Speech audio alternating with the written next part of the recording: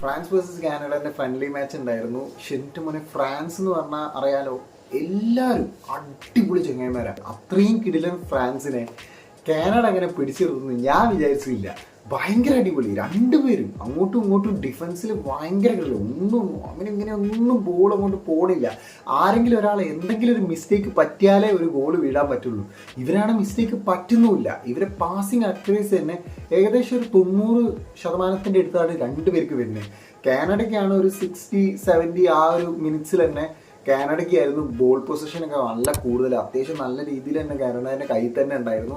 അത് വിചാരിച്ച് ഫ്രാൻസ് മോശം എന്നൊന്നുമല്ല, പക്ഷേ ഇവർ ഭയങ്കരമായിട്ടൊക്കെ എടുക്കുന്നു. പിന്നെ എംബാപ്പെ വന്ന 70 മിനിറ്റ്സ് ഒക്കെ കഴിഞ്ഞിട്ടാണ്. എന്നാലും കുറേ അടിപൊളി അറ്റാക്കിംഗ് ഒക്കെ നടത്തി. രണ്ടുപേരും കുഴപ്പമില്ലാതെ, പക്ഷേ നല്ല അറ്റാക്കിങ് ഫ്രാൻസ് നടത്തിയിട്ടുണ്ട്. ഇവരെ ഡിഫൻസും അടിപൊളിയായിരുന്നു. പിന്നെ ഇവരെ ഗോൾ കീപ്പർ ഒരു രക്ഷയില്ല കാനഡേൻ്റെ. ഞാൻ തീരെ വിചാരിച്ചില്ല. എനിക്ക് ആകെ കാനഡയിൽ അറിയുന്നത് ഡേവിസിനെ മാത്രമാണ്. അത്